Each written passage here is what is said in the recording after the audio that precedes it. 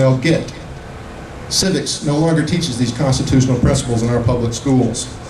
They are petrified to mention God or endorse the founders' belief, and here I quote the Declaration of Independence,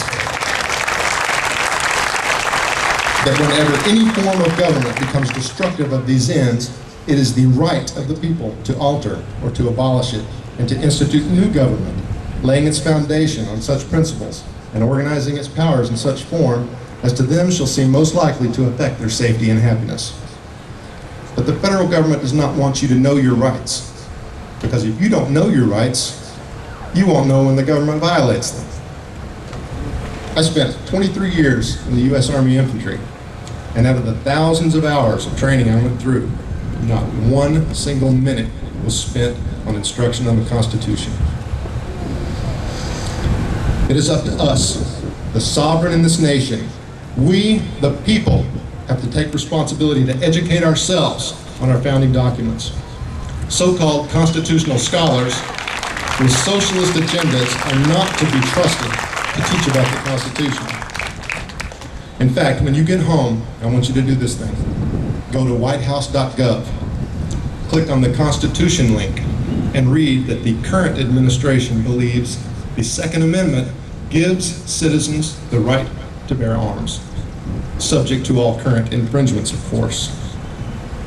You see, the enemies of the Constitution want you to believe that the source of your rights is a piece of paper. We know that not to be true. We are endowed by our Creator with our rights.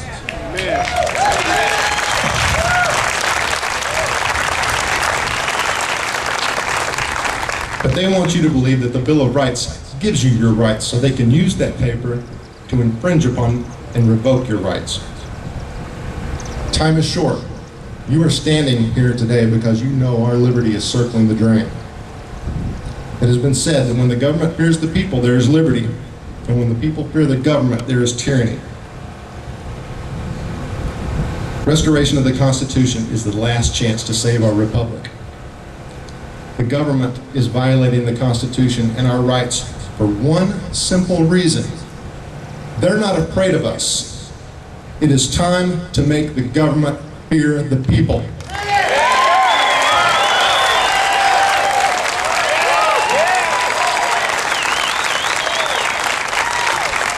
That requires the government to recognize a credible or else. By educating ourselves on our founding documents and exercising our rights, we become that credible or else. Now, you may be wondering whether a citizen has the authority to take an oath to the Constitution. The answer is yes, of course. Every time you say the Pledge of Allegiance, you are taking an oath to the constitutional republic for which it stands. If you take an oath before God, you are just as legitimate as the president or the most decorated war hero.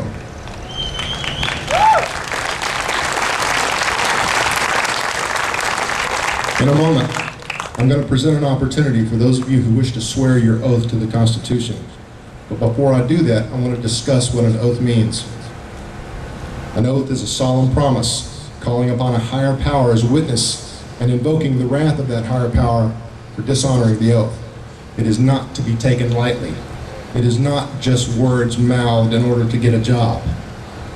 If you take an oath, you better be serious about it, because like our founders, you are taking a verbal contract where you're pledging your life, your fortune, and your sacred honor. Now, understand, many of you came here not expecting to hear about the Constitution, and certainly not expecting to take an oath of any kind. So I want to assure you, if you have any qualms, if you feel at all uncomfortable about taking this oath, please don't. It's a very serious matter. It's not to be coerced. It's not to be done because of social pressure. This is strictly voluntary. There's no deadline either. You can always take the oath later if you feel moved to.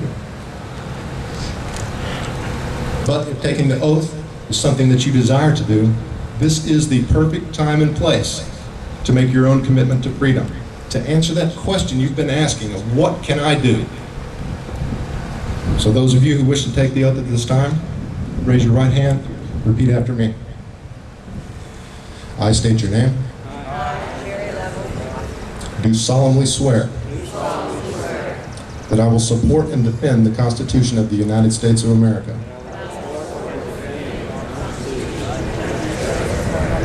against all enemies, foreign and domestic, that I will bear true faith and allegiance to the same, that I take this obligation freely, without any mental reservations or purpose of evasion. So help me God.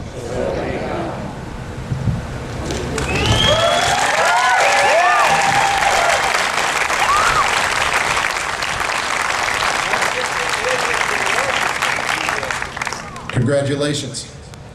That's a brand that's going to stay on your heart for the rest of your life. And that was the easy part. Now, it is our duty as individuals to educate ourselves and others on our Constitution. Get it, read it, discuss it. It can be found at many sites all over the internet. You can even download or order pocket-sized copies of the Constitution for less than $1 from many organizations. We do have a table over by the statue where we do have pocket-sized constitutions. If you took the oath today, make sure you get by there and get yourself a copy of that Constitution. If you're interested in reading testimonials of others who have taken the oath or would like to leave your own testimonial, go to oathkeepers.org. And full disclosure, I am a member of oathkeepers.org and sanctioned to speak on their behalf. In closing, the message I want you to take from this is that all is not lost. There is still time to change our course. We have a republic if we can keep it. And I think the constitutional oath is the key. I want to thank you for your time and attention and your dedication to our nation and our liberty. God bless you.